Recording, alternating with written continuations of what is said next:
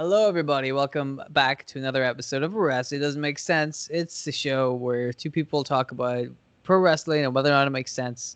These two people, in fact, you've tuned into exactly the right show you want to listen to if you want to hear people talking about how wrestling doesn't make any sense. I think that's fair, right? Yeah, I mean, it says it on the name. Exactly. And boy, howdy, do we have some good stuff for you. You're probably thinking, wrestling kind of makes sense. It's all, boys having a tussle. That's logical. It's not all logical, is it? Far from it. No. Sometimes just weird shit happens, and we're all expected to go along with it. Yeah. And that's hard to do. It really kind of ruins the suspension of disbelief whenever you see people shooting fireworks out of their hands. I mean, it's a well-known fact that if you've got any magic powers in real life, obviously you're going to turn that into a career as a pro wrestler. It does seem that way, doesn't it? Although most of the other guys have had the common courtesy to not use their powers like in the match. Yes. Undertaker will like do a little bit of lightning to spook people. Kane will do a little bit of fire to spook people, but he won't like do it. He won't burn a guy in the middle of a match. You know what I mean? No, there's rules. Right. You have a little bit of respect for the game, and your fellow man. Yeah. This is all, of course, leading up to something very specific. Recently, we both had the utmost pleasure to have viewed WWE Fastlane. I mean, you and me were talking about how it doesn't make any sense. I don't know if you did this on camera or off camera, as they say, but I don't see why it makes any sense to go from Royal Rumble to whatever Elimination Chamber, and then some other stopgap pay-per-view, and then WrestleMania. It should have been WrestleMania now. Yes. Right? Yeah. It should be WrestleMania right now, because that way you don't have to pad shit out with Fastlane. And when you have to pad shit out with Fastlane, that means we see bullshit like the Miz becoming champion for 2 weeks, and the extension of a very strange storyline between Bray Wyatt and Randy Orton. So this happened last year. This started last year. Oh, yeah. And we are now in March. I know, man. It's pretty nuts. Yeah, and the problem with having to elongate a storyline like this is that, like, in other pay-per-views, for example, the Royal Rumble, we didn't hear anything about this feud. We didn't hear anything about this feud at Elimination Chamber. Mm-hmm. But now we do, because now it's the right time for it. It's ridiculous, right? So basically, Bray Wyatt, the Fiend, was having a feud against Randy Orton, the man. And Randy Orton, being the dastardly heel that he is, set Bray Wyatt on fire and burned him alive. Now, I believe we covered this before the show. Oh, yes. That didn't make any sense. And there was a whole lot of buzz going on about how this was just Bray Wyatt's going to reincarnate the Fiend character into something else. It'll be a metamorphosis. It'll change and evolve into something different, just like Pokemon. And so we were all eagerly awaiting some kind of, payoff to this storyline. And I don't know if we got a payoff. We got something. Let's put it that way. At Fastlane, we get the much anticipated Randy Orton versus Alexa Bliss match. So while the Fiend, Bray Wyatt, was away dealing with his injuries of death, of being dead, he somehow possessed Alexa Bliss, and she did his bidding for him, kind of like she was his like puppet. And she would do stuff to Randy Orton to mildly annoy Randy Orton. Yeah, pretty much. Like, there was never anything, crazy happens. He would just annoy Randy Orton, and he'd be like, "Wow, stop it! This is really annoying."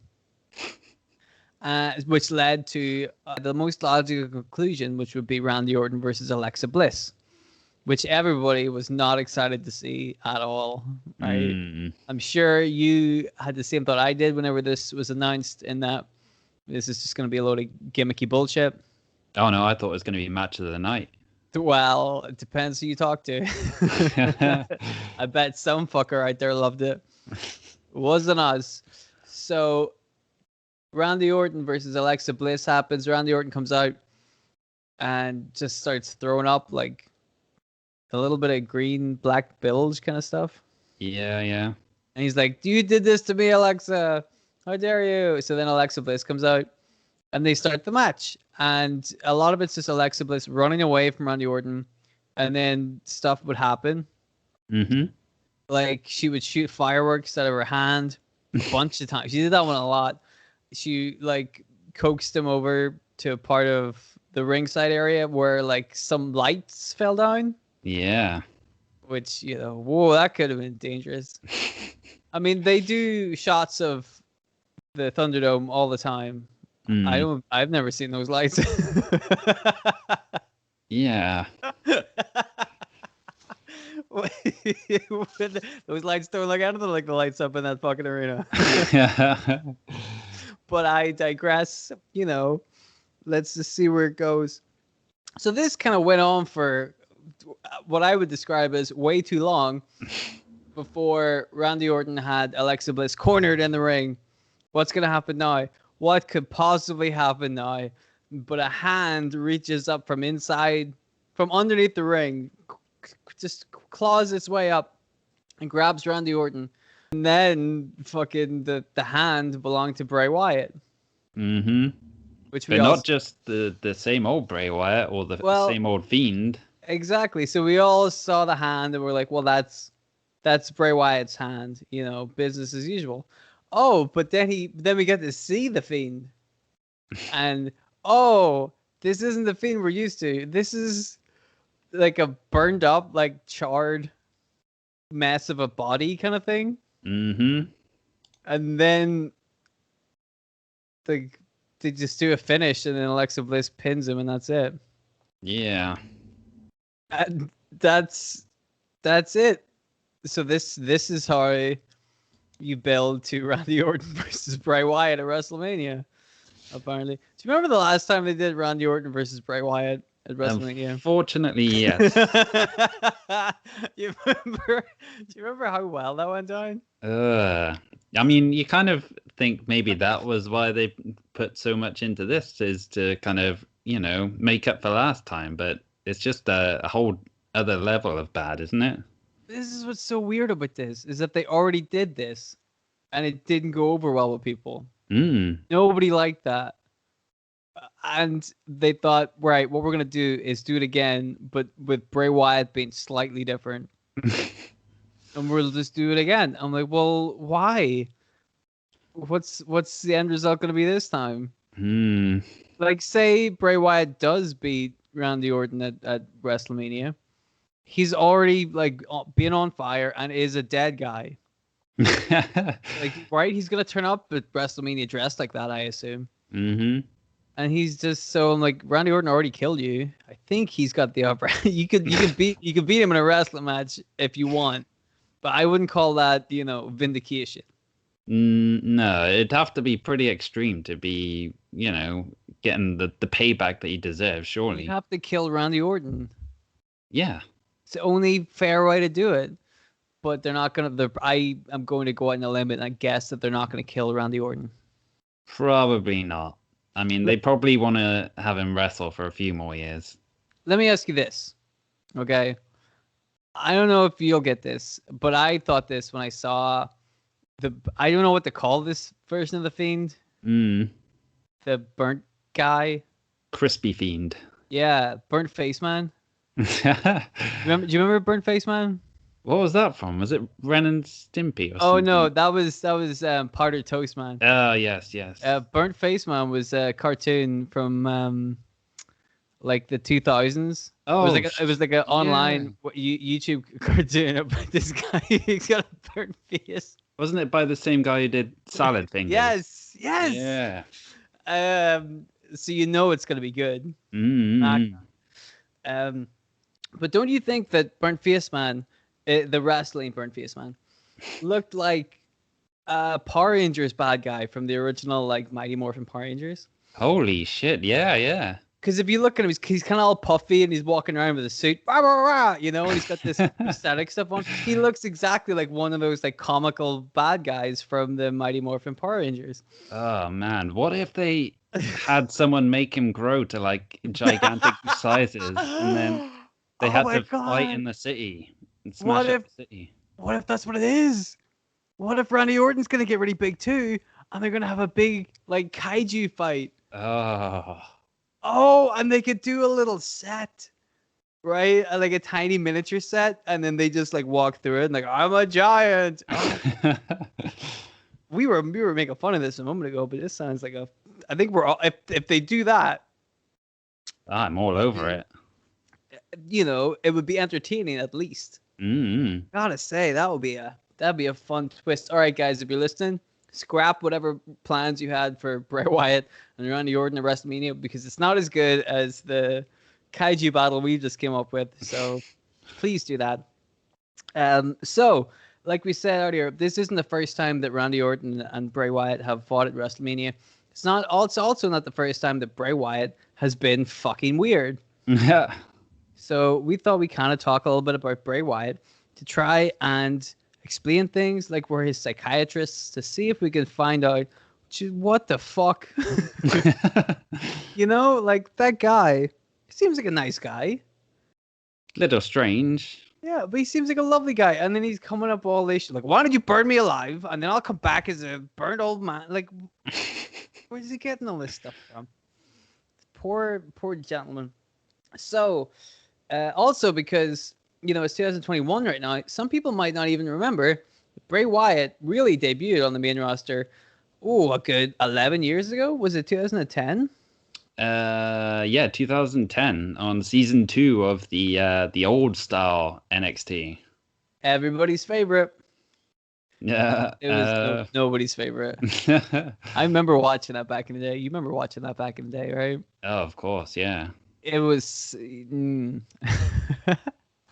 mean, the first season wasn't too bad, but then they started running out of ideas, and it wasn't so much about matches. It was all about the goofy challenges they'd give them each week, and it just really went downhill very quickly. That's it. Like, they had nowhere to go after that first season. Like, what they did after that first season made so much sense. You're like, well, you can't replicate this. And they tried, and it didn't work. What a surprise.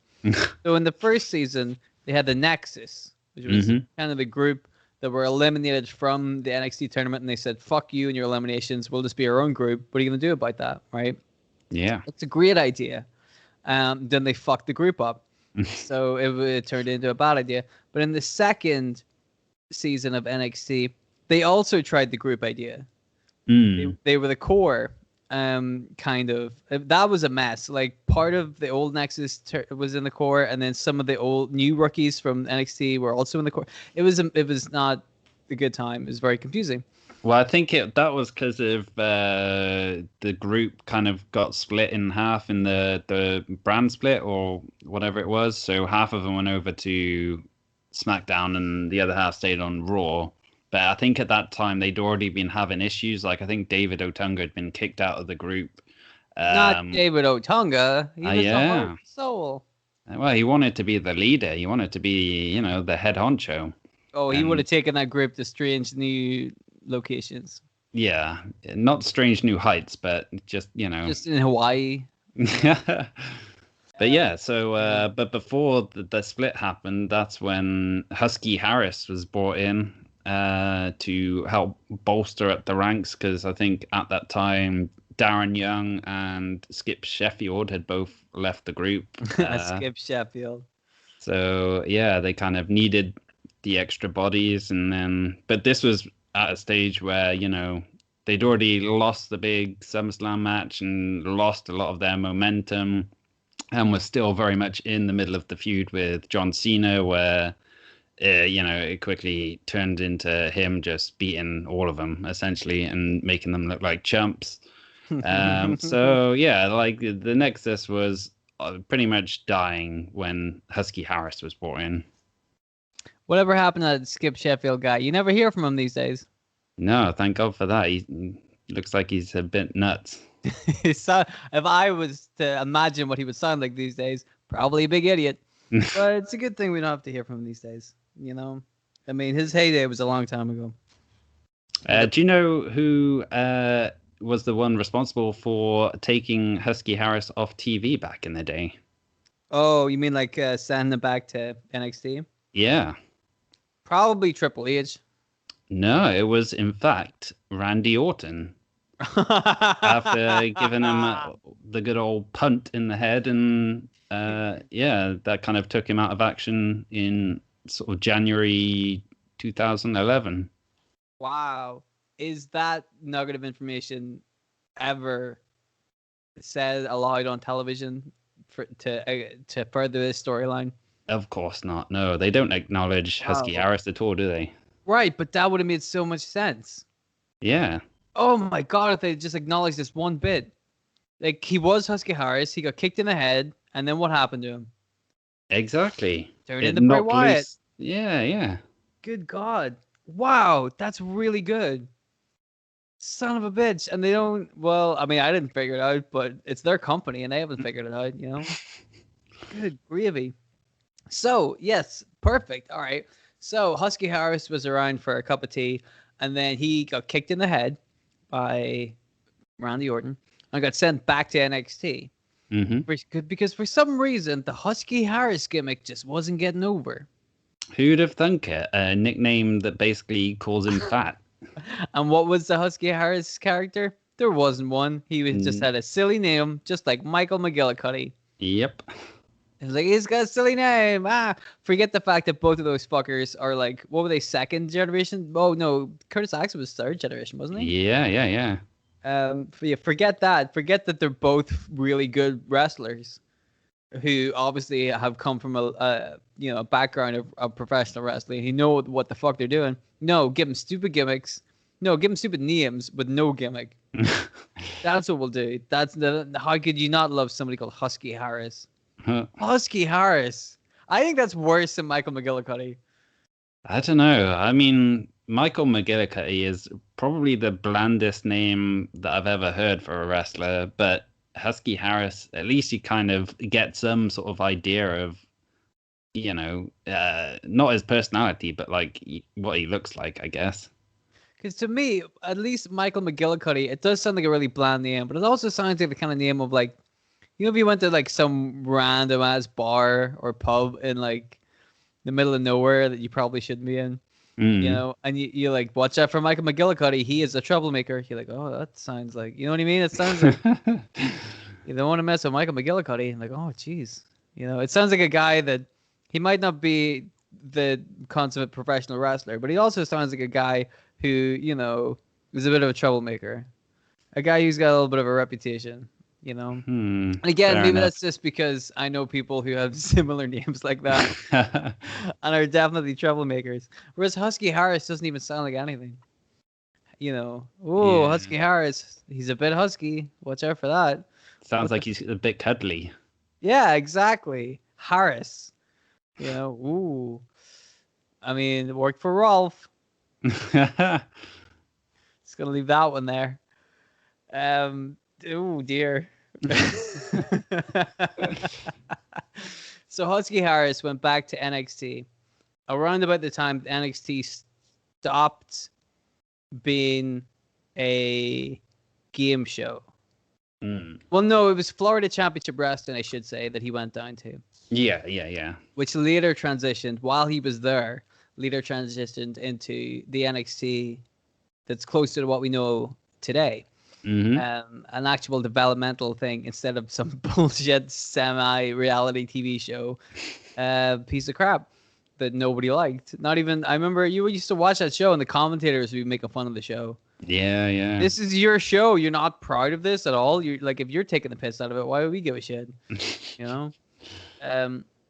So once he was in Florida Championship Wrestling / NXT, he changed. He went through a transformation, the first of many, where he became Bray Wyatt. Swampy Bray Wyatt. He had a hat. He had like a Hawaiian shirt. And he had two two guardians with him, shall we say? Mm-hmm. Two believers, two people that believed in the kind of what would you call it? Cultish kind of. Oh yeah, definitely. It's majorly cult vibes going on there. Yeah, so that was the Wyatt family. It was Bray Wyatt now, and his Wyatt family, which was Luke Harper and Eric Rowan, and who together are two imposing dudes anyway. Mm-hmm. So when you see them like backing up Bray Wyatt, you're like, this looks great. You know, it looks like $1,000,000. And you got this Bray Wyatt guy leading the Wyatt family to victory, leading them to like tag team championships and stuff, because I believe they won the NXT championships, tag team championships, Mm-hmm. the FCW tag team championships. They won something. I'm sure it was the NXT championships, because I think at the time, like, Bray Wyatt had just been like introduced on NXT TV, but he quickly picked up an injury, so like he didn't actually step in the ring for ages, and he essentially kept on the show doing all of his promos and all that mysterious spooky stuff, and pretty much just managing Harper and Rowan. Like, I say managing, he just sat at ringside in a rocking chair pretty much, but that was enough to kind of get him over with fans and build up the mystique of the character, and quickly, like, put him on the main roster's radar, where, I mean, it was within a year pretty much of him debuting in NXT that they got the call up to Raw, I think it was. See, I think that's a really good idea. Like, injury or not, like having him kind of calling the shots on the outside of the ring while these two big motherfuckers go in there and they kind of do his bidding. That gets over Bray Wyatt, like, house on fire. I think it's a great idea. Bringing them up to the main roster, however, was that a good idea? Questionable. I imagine they had stuck around in NXT for like another year, or like after Bray Wyatt, if he had recovered from his injury enough to challenge for the NXT championship, that's a lock. That almost certainly would have happened. How cool would it have been to have just an extra year of the Wyatt family, like ruling that whole roost? That would have been really cool. But no, they thought, no, instead of us having these established characters in this small company where their talent would totally be able to rise to the top and outshine everybody else, let's take them to the main roster where they're going to be outshined by everybody else within 5 minutes. So when did they come up? Was that 2013? Yeah, I think sort of July sort of time. They debuted pretty much by going straight after Kane as well. So that was like the first big feud, and I think it culminated in a Ring of Fire match at SummerSlam. A Ring of Fire match? Which, an Inferno match? Yeah, I don't know why they called it Ring of Fire. And between Kane and Bray Wyatt? Yes. I feel like I remember this, but also, I clearly don't remember this. Like, I remember it happening, but I couldn't tell you what happened in it. Yeah. It's not that memorable. But again, it's a good way to start with that guy. Bray Wyatt is this kind of cult leader-ish, suspicious character. There's more under the surface than it would appear. And that's the same kind of thing that Kane went through for a lot of his early career, is that he's the brother of The Undertaker, and that's all people knew about him. Like, the mystery around Kane was unique and a drawing point. It attracted people to that character. So Bray Wyatt kind of going up against another spooky individual, it should be interesting. When did the Shield debut? Was that 2012 or 13? I think it was late 2012, because it was sort of TLC sort of time around then when CM Punk was defending against Ryback, I think it was. Ryback, that's a ridiculous name. Yeah. You should have a more change it to name than Skip Samuel. There we go. Oh boy. Wonder what happened to that guy. Who knows? Hap, you're not knowing, to be honest with you. Yeah. So it wasn't too long before we saw the Shield versus the Wyatt family, because those are two groups of three people. What else would you do? Well, we have no other ideas. It's gonna have to be this, which was fun. Yeah. That was fun. Bray Wyatt and the Wyatt family against the Shield. That was some good stuff. Yeah, dude. But again, you look at the fucking people involved in that. How could they not be great matches, right? Mm-hmm. You know, quality stuff all around. So that was fun. You know, you were getting some mileage out of these two groups. There we go. What happened after that? Well, slightly before that was when they had the mini feud with Daniel Bryan and ended up bringing him into the Wyatt family. Oh yeah. Which kind of helped, propel Daniel Bryan up the card and into the WrestleMania 30 main event as well, because that was sort of around the era where the fans were starting to get more and more behind him. Just recognizing his talent and how he'd been screwed over a lot by, the authority and whatnot. But yeah, the moment where I think it was in a cage match, possibly on Raw, or maybe it was a pay-per-view or something. But the moment in that match where he kind of, took off the Wyatt family dungarees or whatever the fuck it was, and it turned face and turned on the group. That was huge. That was one of the big moments on his road to WrestleMania. So without the Wyatt family and that whole storyline, that would have, seen Daniel Bryan lose a bit of steam, maybe heading into what was easily the biggest WrestleMania of his career. Yeah, that's fair. That was a big, but that's again, these early couple of years, they were really good for the Wyatt family. Mm-hmm. And they weren't winning a ton of championships or whatever, but they were on TV, they were being focused, they were being used as legit guys, Yeah. That's how you get people over. After a while, if you don't do anything substantial with these guys, how are people gonna buy it? So I think that the first couple of years, that was good. We have a good foothold being established here, but for this group to really get to legitimize themselves, they're gonna have to do something else. There needs to be one big fucking push, Well, yeah, and they kind of were aiming to do that with the group as well, because after Daniel Bryan and after the Shield, Bray Wyatt sort of turned his attentions towards John Cena, who's without a shadow of a doubt at this point he's the biggest star in the company.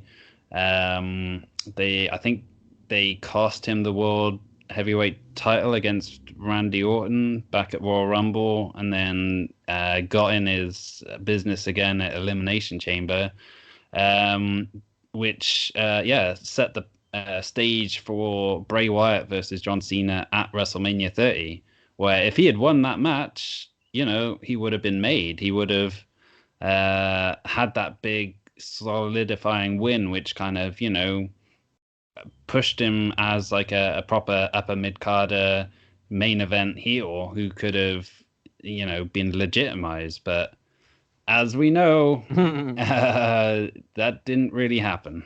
Didn't quite pan out that way, did it? No. What year was Mania 30? That was 2014. 2014. The year that Daniel Bryan had that was his year, wasn't it? Yes, yeah. So Daniel Bryan went on to have a great year coming out of that feud with the Wyatt family. And the Wyatt family, not so good. Very interesting, very interesting. So that was 2014 that he challenged John Cena. And like you said, it's not like it was for the belt or anything, right? No. A win there at WrestleMania would have been a pretty big deal for Bray Wyatt that would have really legitimized him. I mean, they gave him the win in the rematch at Extreme Rules in a steel cage match, but that nobody was watching. It's WrestleMania, Yeah, exactly. And I think even then, it was slightly tainted win as well, because there was interference from the rest of the Wyatt family. And do you remember there's that really weird demon kid who was involved in it as well? No. Yeah, it was. I can't remember the specifics of it, but there was this weird kid who was who appeared at the conclusion of the match, who's like under the sway of the Wyatt family or something. And I guess it was supposed to be, I don't know, kind of playing off Cena's like Make-A-Wish stuff, I guess, like trying to suggest that like he's usually really good with kids, but then this kid is like super evil and puts Cena off his stride or whatever, and that cost him the match. What a stupid way to cost somebody a match. Like you said, after already loads of interference from like two of the fucking biggest guys on that show at the time. Mm-hmm. Like, forget that. 3-on-1. No, what's gonna sway the tide? A little kid. Like, that's so stupid, you know. I mean, the kid didn't even do anything. He just sort of like stood on the stairs, like singing, "He's got the whole world in his hands," and that's it. That's enough for Cena to slip on the banana peel and lose. Oh, if only. Like, if that had been the way John Cena had lost, I would have. My opinion would have changed. So, all right. So Bray Wyatt eventually gets a win over John Cena. Mm-hmm. So this is 2014. Yes. You know, when did what do you call him? Braun Strowman join the group? That was 2015. I think because prior to that, Bray Wyatt sort of was on his own for a little bit because I think either Harper or Harper and Rowan both got injured at the same time, and they had to be taken off the road for a bit. So it was just Bray Wyatt on his own, where he kind of had a bit of mixed success, really. It was mostly unspectacular like matches on pay-per-view where he was like lost to Money in the Bank, lost to Chris Jericho. I think he had a series of matches with Dean Ambrose as well. But then he, like, heading into WrestleMania 31, that's when he started focusing on The Undertaker and challenging him to a match at WrestleMania. But again, this is like a year after Taker's streak has come to an end, and like no one really buys the fact that he's going to lose a second year in a row. So going into that match, Bray's facing this impossible task again, and then obviously he loses, and it's another big loss on the biggest stage of them all, which kind of derails him a little bit, you know? Do you think that was the kiss of death? Because to me, like, what was the point of Undertaker like coming back and doing that match against Bray Wyatt, right? Because we've already established that the streak is broken, and that was the one. Like, Bray Wyatt could have been the guy to break that streak, which would have put him over huge. Yeah. And it would have made sense because they're all supernatural. The same thing we saw with him feuding with Kane. That all kind of makes sense. But once the streak was broken, that whole mystique kind of wore off. So it meant that every time you saw Undertaker at WrestleMania after that, you're like, well, who cares? Yeah. If Undertaker wins, that makes sense. He's won a lot. And if somebody beats him at WrestleMania, also a big deal. Like, who cares? Because now the Undertaker has been beaten at WrestleMania. It's no longer a big concern. It's no longer a big achievement. Mm-hmm. So either way, Bray Wyatt wasn't looking like it was a timing thing. If he'd have got in there a couple of years later, or if they saved it for Bray Wyatt, which again, like, hindsight being what it was, it would have made sense to save it for Bray Wyatt, but they couldn't have known. I mean, I don't want to get off on a tangent here, but people think that Brock Lesnar beating Undertaker at WrestleMania is like a waste of the streak, but I'm like, who else would have done it? No, I could totally agree. Like, I think that Bray Wyatt, logically, storyline-wise, could have been the perfect guy, but at the time, they're like, well, it's got to come to an end at some point. It may as well be Brock Lesnar, because look at him. Right? So, yeah, it would have been nice if Undertaker and Bray Wyatt had fought with the streak on the line, which would have worked. But because there was no streak, it also meant there was kind of like no stakes. Yeah. And also, didn't Taker win Oh yeah, he did win that match. So there you go. At WrestleMania, Bray Wyatt has lost to The Undertaker and John Cena. Mm-hmm. Back-to-back years. And again, you could say, well, it's John Cena and The Undertaker. They're big names in the business. Fair enough. You would expect them to do pretty good at WrestleMania. But just remember, so that's 2 WrestleManias in a row that Bray Wyatt has lost to main eventers, right? And if you're trying to put a guy in the main event, he has to be able to do pretty well against these already established main eventers, right? Not off to a good start so far. So now we've got the Wyatt family with Braun Strowman. Mm-hmm. And Bray Wyatt has come out of 2 WrestleManias not looking so hot.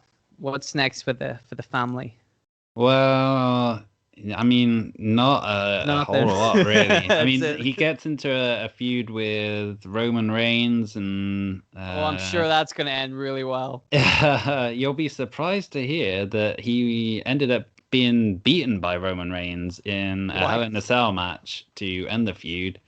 But yeah, it was like it wasn't a particularly good feud for Bray Wyatt, because obviously, WWE have put a lot of their sort of booking weight behind Roman Reigns for a long time now, and it's no secret they've seen him as like the guy to take over from John Cena as the face of the company, and in that situation there was only ever going to be one winner again. So yeah, it didn't go particularly great for Bray Wyatt, but he kind of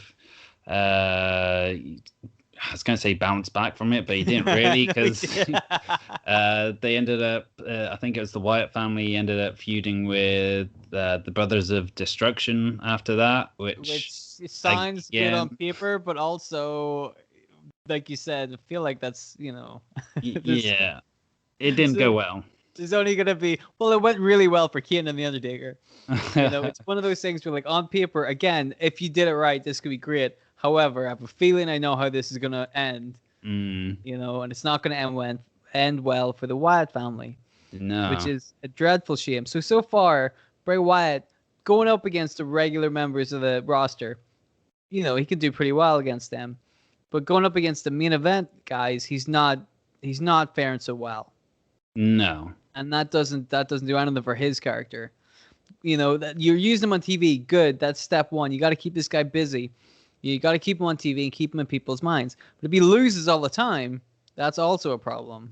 Yeah, he's a great promo, but there's only so much work those promos can do. Like, if he's not backing up his words with wins, then, you're not going to believe anything he says, essentially. Right, like, what kind of cult leader is this that gets this shit kicked out of him all the time? Yeah. Like, why would I follow this guy?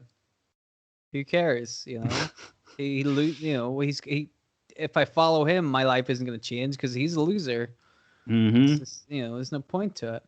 So I felt like with a Dark Order, they're like, join us and we'll lead you to victory. And then they lost like 80% of their matches. And you're like, well, why would anybody want to join them? Yeah. And it's just see him with the Wyatt family at the end of it, really. You're like, well, it's hard to buy into this, you as a cult leader, whenever a lot of your legitimacy is disappearing. Why would people follow you? And so is that around the time when they did a split? Not quite yet, because this was heading into WrestleMania 32, where I think Bray Wyatt was scheduled to fight Brock Lesnar at the event, but because he'd picked up an injury, that match never happened, and Brock ended up facing Dean Ambrose in a pretty shitty match. Not so good. And instead, the Wyatt family sort of found themselves in a confrontation with The Rock instead, where yes, it led to like an impromptu match between The Rock and Eric Rowan for some reason, who I guess was the most expendable guy in the group, which Rowan lost in 6 seconds. 6 seconds. That's the last match that The Rock has wrestled in WWE. I love The Rock, man. I love that guy. But come on, dude. look at Rowan. 6 seconds? Mm-hmm. And he was out there with Harper. Yeah, and Braun Strowman as well, I'm pretty sure. Like, you fuckers couldn't have figured out a way to hurt The Rock? Yeah. You know, I get that it's The Rock, understandable, but also, you know, it's wrestling. You have to play the game, right? Doesn't matter who you are. Because that always annoys me. It annoys me when Austin would do it or Taker would do it, right? At some point, they're so big as names, you can't do anything with them other than have them totally dominate the other guy. And it ruins it, right? Because you got to take a, you know, a lump or and again, for The Rock, I understand it because he's rarely there anyway. But I'm like, you could have, you know, The Undertaker could have taken a lump or two right there, you know? Come on, man. So that's another WrestleMania. 3 in a row where the Wyatt family have looked pretty terrible against main eventers. Yeah, definitely. Bray Wyatt not being involved in this one, but still, his group didn't come out looking too hot. beaten by The Rock, who hasn't wrestled a match in, what, 2-3 years? Yeah, something like that. Just turned up and just beat you in 6 seconds. Like, you know, logically, that doesn't make any sense at all, ever. But logic flew out the window a long time ago. As we know, because we're talking about Bray Wyatt. So, all right, things aren't looking so good after this WrestleMania. No, and it didn't really go well immediately after WrestleMania because Bray Wyatt then got injured again, which put the group on the shelf for a couple of months. Just as they were sort of teasing, like turning them face as well, but that never really came to fruition. But when they did come back, it was more about the Harper and Rowan going for the tag titles and going after the New Day, who were the champions at the time. But then, like, come the draft that year in 2016, that's when the group kind of got split up as Bray and Eric Rowan got drafted over to SmackDown, whilst I think Braun Strowman was on Raw, and I think Harper was injured at this point, so he didn't end up anywhere immediately. Poor guy. Yeah. But this is what basically started off the first feud with Randy Orton. Yes. Okay. Yeah, because at this point, going into the next WrestleMania, there was a feud going on with Bray Wyatt and Randy Orton, and they were teasing Luke Harper being involved in it too. Which I was all for. I'm like, finally, we're going to see this guy do something. This is going to be great. And they had a triple threat match, I think, at Elimination Chamber or something like that. Was it Elimination Chamber? It was somewhere in between WrestleMania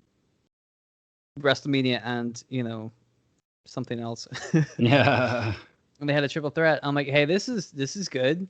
I would have liked to see this at WrestleMania instead, but that didn't happen. And like again, like it seemed like Harper was just gonna put in there to add a little bit of fuel to the fire for that feud, because that was an interesting wrinkle, but it also felt like they had no intention on like doubling down on that. They were like, no, Bray Wyatt, we're gonna stick with Bray Wyatt. We've ruined him for the last 3 years, but we're sticking with him. Yeah.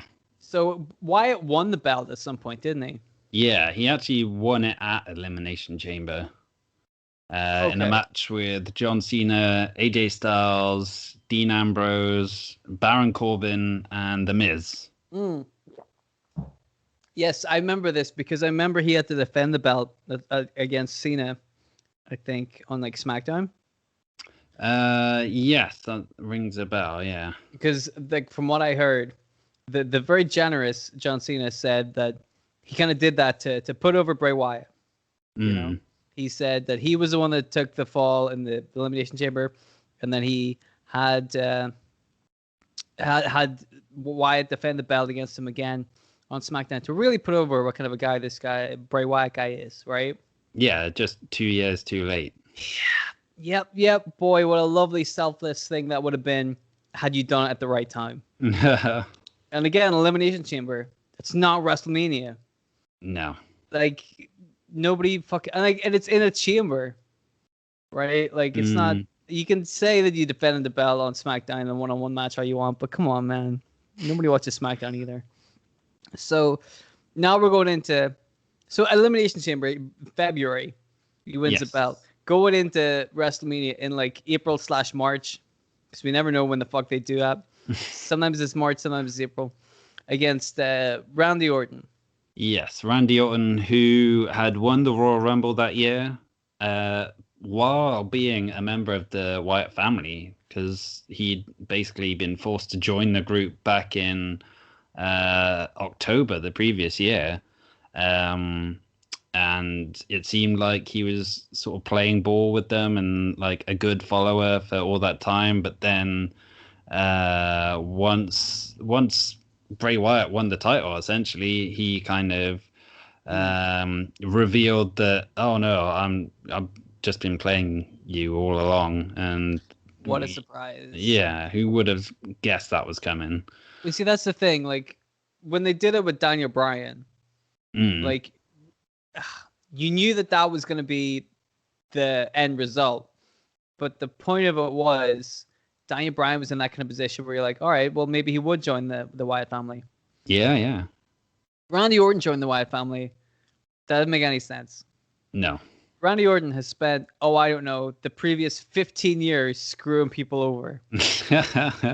He's called the Viper. All right? We all know how this is going to end. Except for Bray Wyatt. So that changes the dynamic. That makes Bray Wyatt look like a fucking idiot. Because then everybody's 2 steps ahead of him except him. Yeah. You know, like Randy Orton's like, what a masterful plan I had. I'm like, it's not a masterful plan if everybody except that idiot could see through it. Right? So again, leading into WrestleMania, God bless him, right? And he was the champion, for fuck's sake. But even then, we were all kind of like, we know how this is going to end. Yeah. There was no doubt the way it was going to end. And we've seen the previous couple of WrestleManias. Yeah. Wyatt family, right? The Rock, John Cena, Undertaker. What's this 4th one going to do against Randy Orton? You know, put your guesses in the comments. We're about to spoil it. It didn't end well for Bray Wyatt. No, and there was some kind of bullshit with like cockroaches like being projected into the ring and shit. Remember they had like the aerial camera? Yeah, was it like worms and stuff as well? Yeah, and they're like, what mind games? And you're like, mind games? Bray Wyatt bought a projector? Do you think that's mind games? Like, what the fuck? Who gives a shit what the canvas of the mat looks like? Exactly, yeah. What the fuck is that? How's that gonna stop you winning a wrestling match? Gives a fuck, right? My goodness. So yes, I believe Randy Orton won that. No, Randy Orton won that. Randy Orton won. Yeah. Bray Wyatt, poor Bray Wyatt, despite his mind games, despite his clever mind games, it wasn't good enough, and Randy Orton beat him. So what is that? 4 WrestleManias in a row?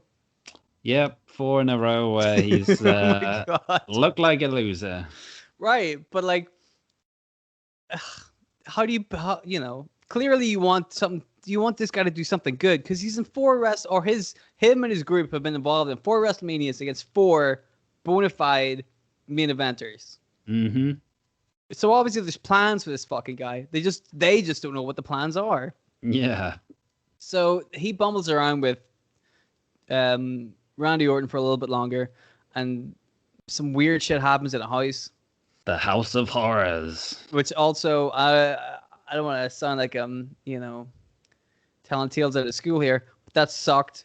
Yep. That was just a load of bullshit. Did he burn that house down, or what the fuck happened? Yeah, it was like a cinematic match basically inside this random house where they just like kind of really badly beat each other around, and it didn't look good at all. And I think he won by pinning Bray Wyatt before then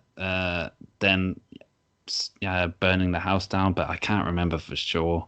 Yeah, we've all kind of like blocked that from our minds. So let's just not dwell on that nonsense for too long. What happened to Bray Wyatt after this? Oh, hang on a sec. No, I've got that completely wrong. I can't remember where the house burning down came in, but I think they ended up coming back from the House of Horrors to the arena. Yeah. And then they kind of kept fighting, and then Jinder Mahal ran in and cost Randy Orton the match to kind of kickstart his feud with Randy Orton for the title, which led to Yeah. Jinder Mahal becoming champion for some reason. Yeah. But yeah, so after that, though, because Bray Wyatt had been drafted to Raw like right before this match, and Randy Orton was over on SmackDown, that was the end of that feud. And then Bray Wyatt was just kind of bumbling around for a bit, really, and kind of he didn't have a lot of steam behind him. But he kind of ended up in a feud with Finn Balor, where Balor used his Demon King persona to kind of pick up the win against him at, I think, SummerSlam, and maybe even like the month after as well. In fact, because by this point Bray Wyatt was just being beaten like a drum. Yeah. So I think this is around the sort of time where he started a feud with Matt Hardy, which he was feuding with Randy Orton for the championship at WrestleMania, like a few months before this. Mm-hmm. He goes to fighting, I guess. Oh, I remember the Matt Hardy thing now. Oh no. Yeah, this was the introduction of the whole broken Matt Hardy persona, except they decided, no, we don't like the word broken, we'll call him woken instead. And yeah, it was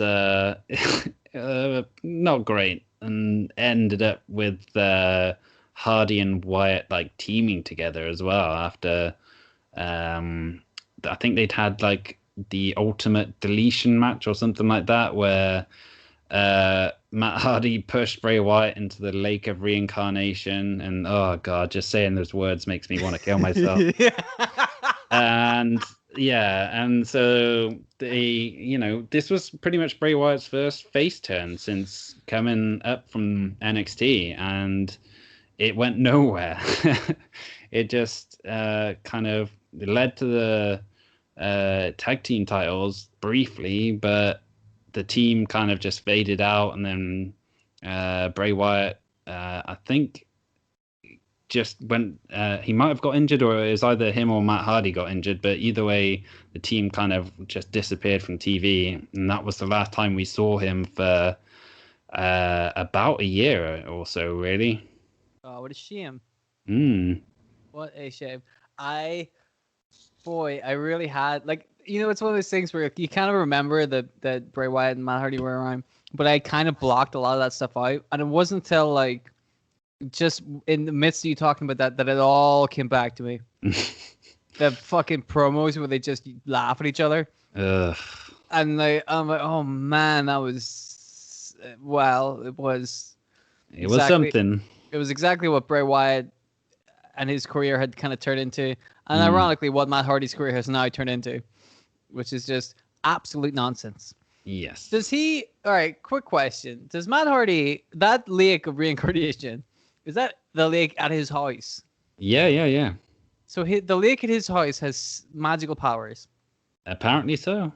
And Matt Hardy and Bray Wyatt are the only ones allowed to use it? No, I think we've seen a fair few people get thrown into it before. Like, I'm pretty sure Shane Helms got thrown into it and then came out as the Hurricane. I'm sure there was other ones as well. But yeah, there's been a lot of people. That doesn't sound like a magical power that a lake would have. You know what I mean? Yeah. Watch over the magical lake. It'll dress you. It'll make you think you're you from 5 years ago. Yeah, exactly. It will make you relive gimmicks you've already went through. Like what app? We're not even going to touch the Matt Hardy thing. We'll save that for a different day. So right now, Bray Wyatt's not looking so hot.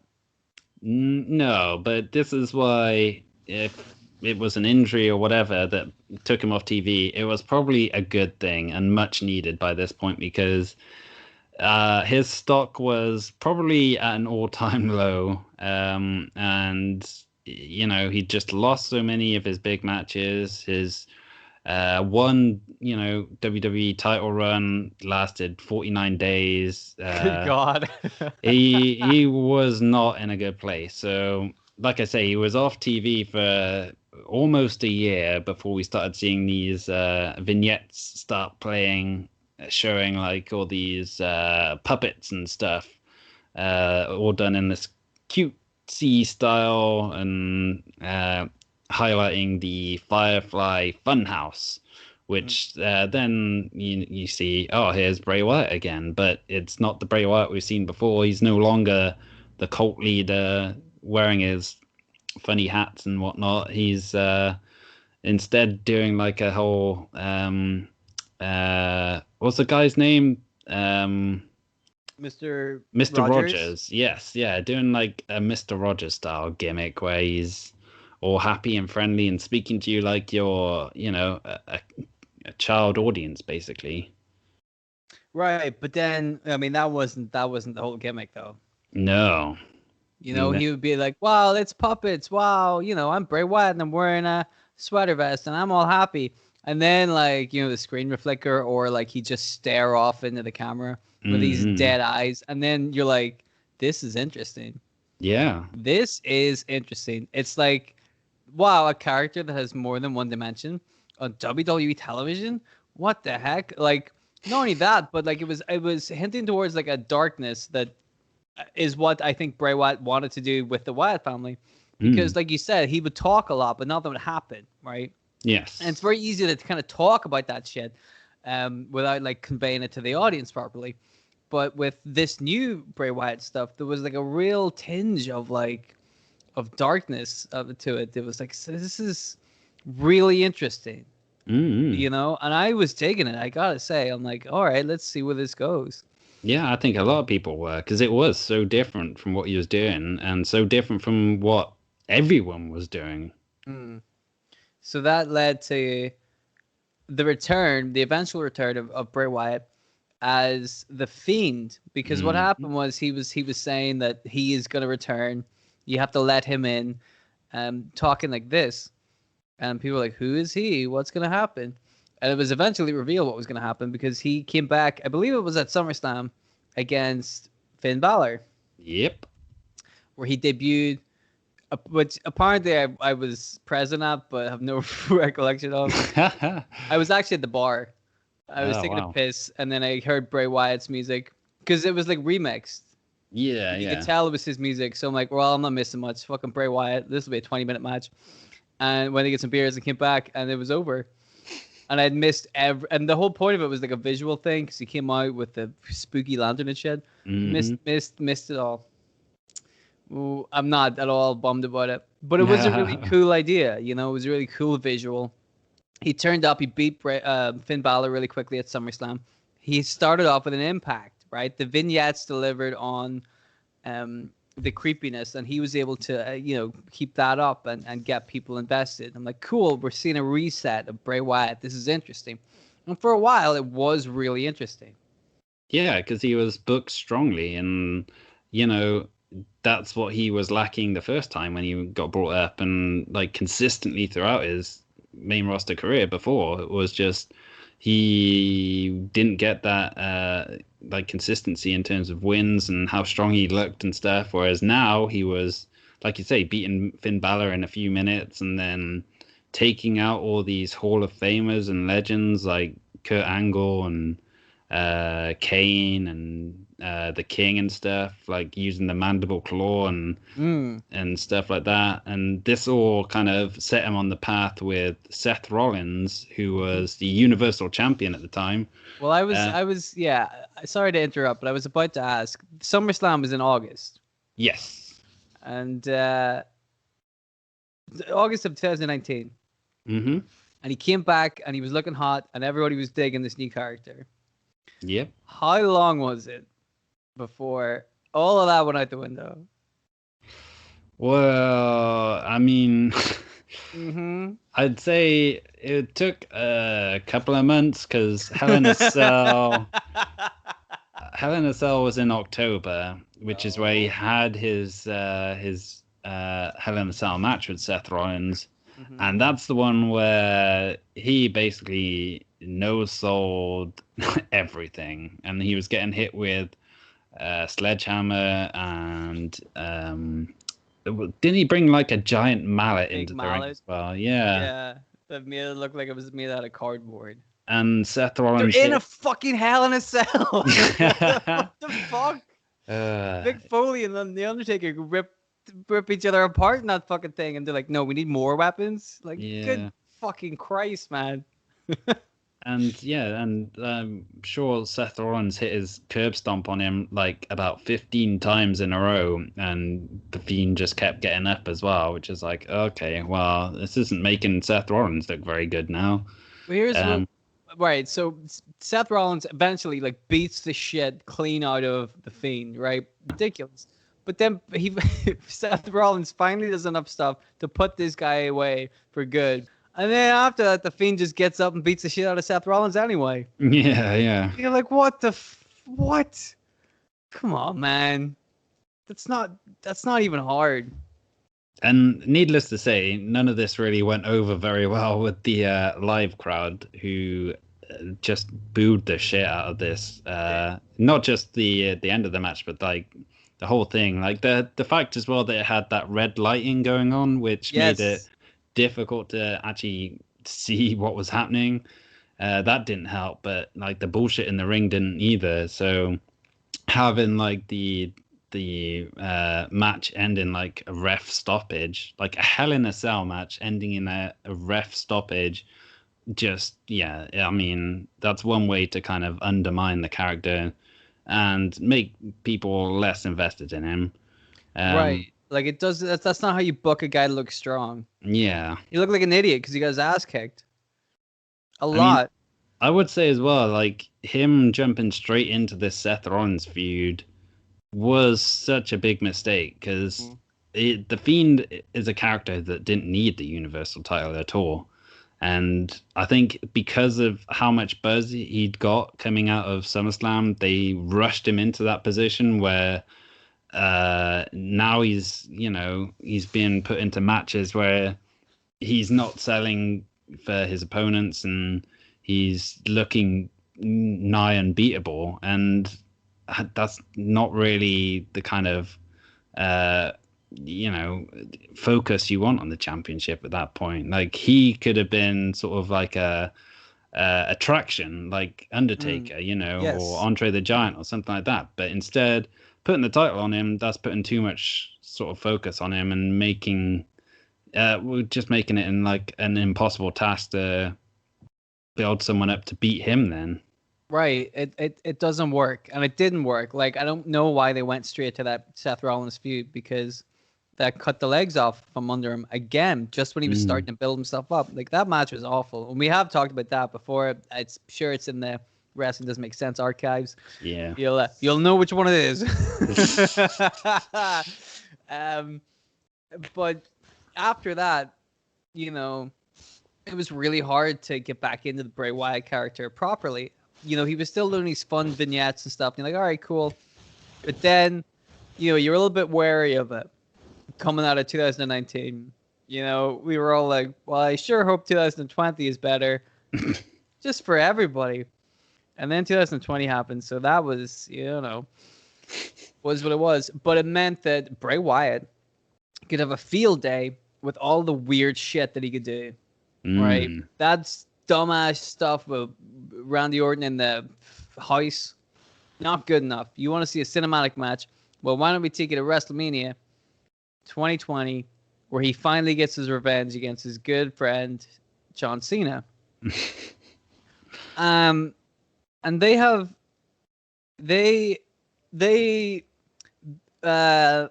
together for like half an hour. Right? Yeah, well, it felt that way, yeah. I mean, I can't say it's a match, but they were definitely around each other for 20 minutes, half an hour. Mm-hmm. And as a piece of video, it was really fun to see a guy like Bray Wyatt kind of tormenting John Cena and putting him through all sorts of like tasks and moments that call back to his own career, make him see what kind of a character and a person he's become. And in that way, I thought it did a good job of like getting Bray Wyatt won over John Cena, right? Yeah. Because it's not a technical win in the rest of the match, but like psychology-wise, it was pretty cool. It reminds me a lot of like a comic kind of thing. It seems like the kind of thing that Mysterio would do to Spider-Man. Yeah. You know, it really reminded me of that, which is interesting if it only happened once, right? And to be fair, that only has happened once, that kind of thing, where it's like a, you know, we're not wrestling, you know, this is on the astral plane right here. This shit is, you know, it's beyond wrestling. I'm like, okay, cool, that's interesting. I didn't much care for it, but it was an interesting idea. And after that, I guess the WWE had cinematic matches in their heads forever because they could get away with doing that shit with no fans being there. So after this, we now get to see the one feud we've always wanted to see: Bray Wyatt versus Braun Strowman. You know, the Wyatt family split up. Oh, I wonder which one of those guys we'd really want to see to fight Bray Wyatt for a championship. It's got to be Braun Strowman. You know, nobody was really clamoring for this.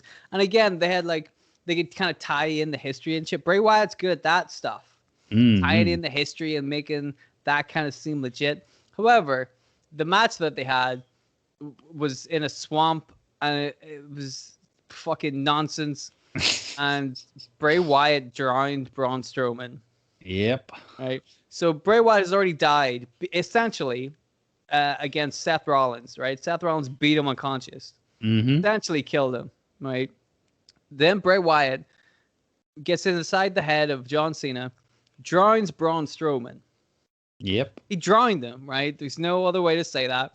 And Braun Strowman just came back like 2 weeks later. And I was like, nope, don't worry about it. And we're all supposed to just accept that as an explanation. And so then whenever Roman Reigns came back, Bray Wyatt and Braun Strowman were having kind of a feud for the championship. Roman Reigns comes back, kind of establishes himself as the big dog, as he always did. To kind of get the belt off Strowman and Wyatt again, which kind of makes sense in that putting the belt on Strowman at that time was like, he was going to get the belt at some point anyway. Why not have it when there's no fans there? Yeah. Fair enough. And same with Bray Wyatt, like he can just move on and do his own shit without clogging up the title scene. Fair enough. And after that, I feel like that was kind of around the time when they restarted the Randy Orton Bray Wyatt thing, right?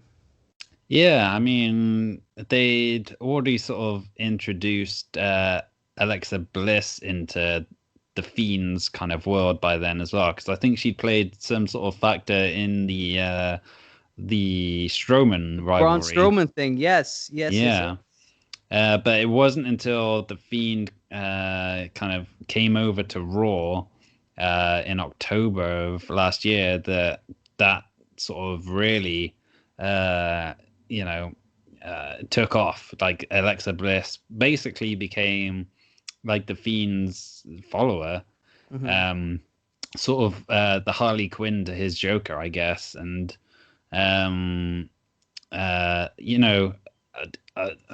I think it's a waste of Alexa Bliss's talents, really, because I think she's so good on her own, and she has like such a solid grasp of her own character that she didn't need to do that. But I will give her a ton of credit that she is really good in that role. I think like the way she's kind of just sunk herself into it is pretty remarkable. Like, right, it shouldn't work, but she makes it work. Right, I think we can both agree that this angle in itself is really stupid. Yes. But that Alexa Bliss is putting so much kind of heart into it that she's not really winning us around on the storyline, but she is winning us around more on Alexa Bliss. You know? Oh, yeah, 100%. Ever since she hit the main roster, dude, she's been firing on all cylinders. Yes. I gotta say, dude, that cat doesn't seem to take a day off. She is always on form. He has done such a good job. So they've thrown her a complete curveball. She was tagging with Nikki Cross in a pretty successful tag team. And now, fuck that. Total 180. Now she's a fucking, possessed puppet of Bray Wyatt who's fighting Randy Orton. And she's done a really good job of it. So fair play to Alexa Bliss. Not fair play to whoever the fuck came up with this entire storyline, which is probably Bray Wyatt. Yeah, well, I think we should commend Bray Wyatt on his creativity, I think, because the the Bray Wyatt character seems like it's all his kind of his child, basically. He's the one who kind of developed it in NXT, and made it succeed with the strength of his promos and stuff, which obviously got him onto the main roster pretty quickly. And it's not his fault that like the booking hasn't been in his favor, but That's true. Even like when he reinvented himself with the Fiend, like he again is like all his idea. He like took the designs that he wanted to do to like Tom Savini, like the famous like horror makeup guy who's been in loads of horror movies and stuff, and got him to help him come up with like the Fiend mask and make it look different, and really establish the Fiend as like this just like horrific character. But again, it's like the booking which has kind of let him down and stifled his creativity a little bit. So even though he's obviously got like all these great ideas, like he's not really being helped out by whatever Vince wants him to do. So yeah. Right. I mean, I think we've done a pretty good job so far of kind of breaking down how the booking has not been kind to Bray Wyatt a lot of the time, But I also feel like a lot of his ideas just don't naturally work for wrestling. Like, he's very creative, and all of this shit's cool as fuck in like any other kind of capacity. Yeah. But at the same time, you're like, what's this got to do with two guys fighting over a belt? Yeah. Exactly. I think it's a tricky line.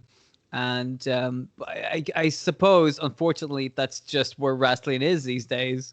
Where weird shit like that is just par for the course.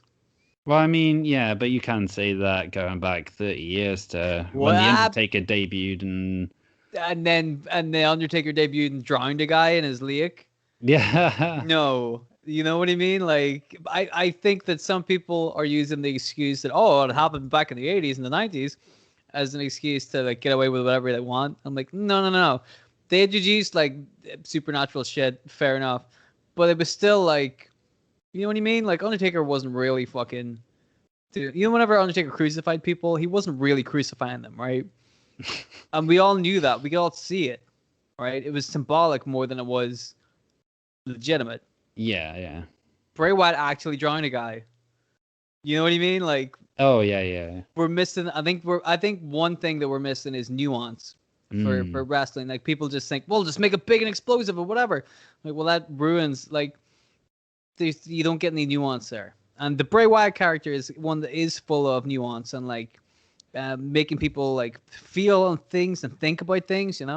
Yeah. And if they would focus on that cerebral side of it more than the cartoony bullshit side.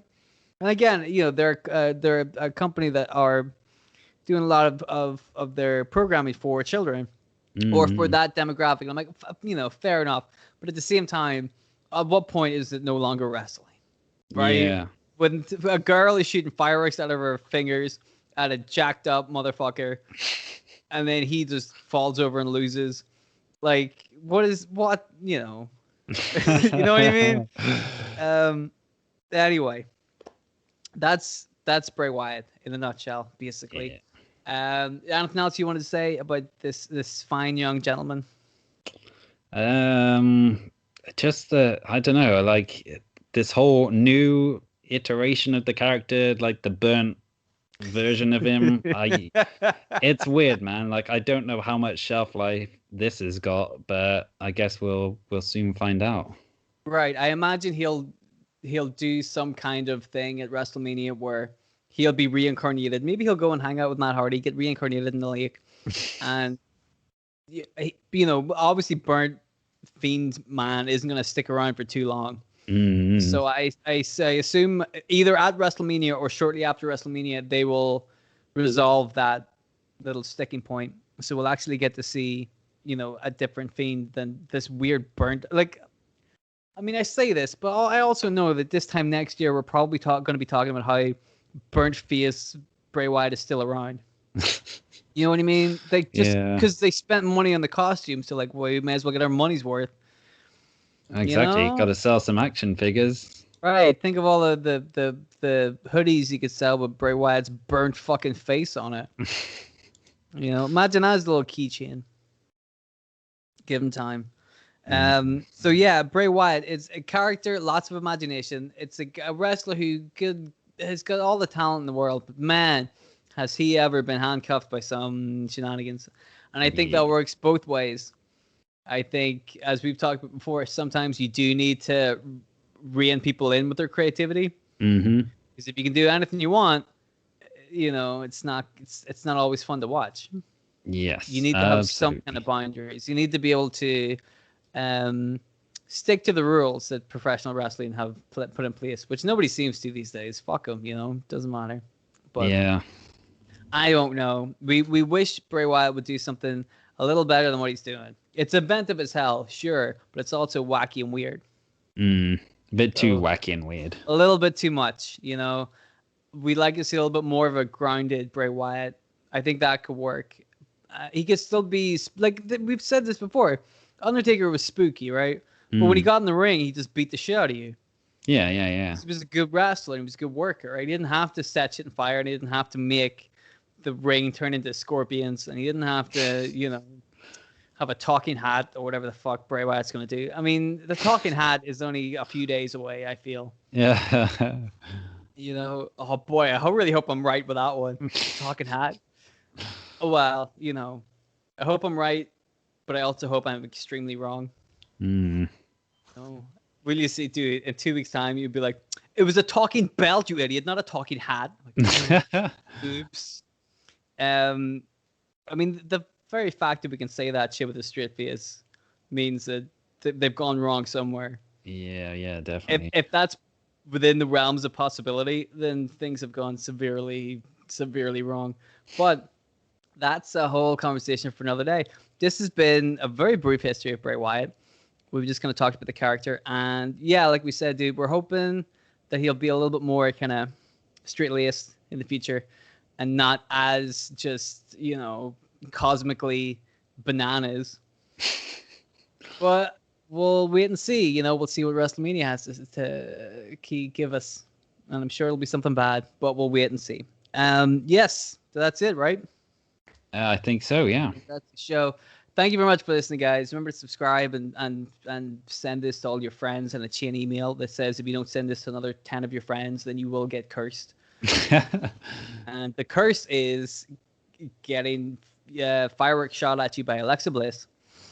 And we're going to be back next week with another show. It'll be really good. Who knows what it'll be about? You'll have to subscribe to find out. But we shall see you then. Thank you very much for listening, guys. Have a good one. Goodbye. Bye-bye. Where's the stop button?